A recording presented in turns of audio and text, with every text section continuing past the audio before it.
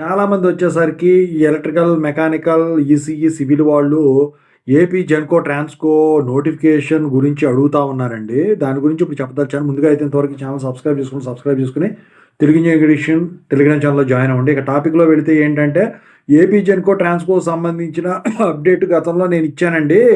అయితే కొంతమంది నవంబర్ 30కి వస్తది. తర్వాత కొన్ని రోజులు ఆగుతది అని చెప్పేసి చెప్పడం అయితే జరిగింది. నేను మొదట్లోనే చెప్పాను. ఈ సంవత్సరం జెన్‌కో, ట్రాన్స్‌కో నోటిఫికేషన్ రిలీజ్ కాదని చెప్పేసేసి. సో, జెన్‌కో, ట్రాన్స్‌కో నోటిఫికేషను అనేది బాగా డిలే అవుతుందండి.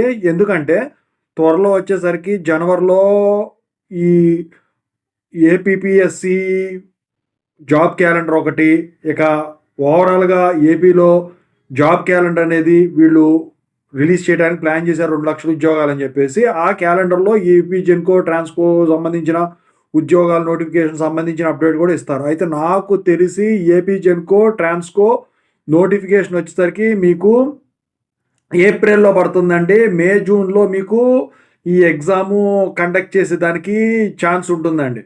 అప్పటి వరకు కూడా జెన్‌కో, ట్రాన్స్‌కో అయితే నోటిఫికేషన్ పడేదానికి ఛాన్స్ లేదు. మీరేం చేస్తారంటే ప్రిపరేషన్‌కి ఇంకా టైం ఉంది కాబట్టి ప్రిపేర్ అవ్వండి. ఒక్కసారి పడిన తర్వాత 40 రోజుల కంటే ఎక్కువ ఛాన్స్ అయితే దొరకదు. 2 నెలలు, 3 నెలలు ఇట్లా రాదండి. ఓకేనా? ఇదండి.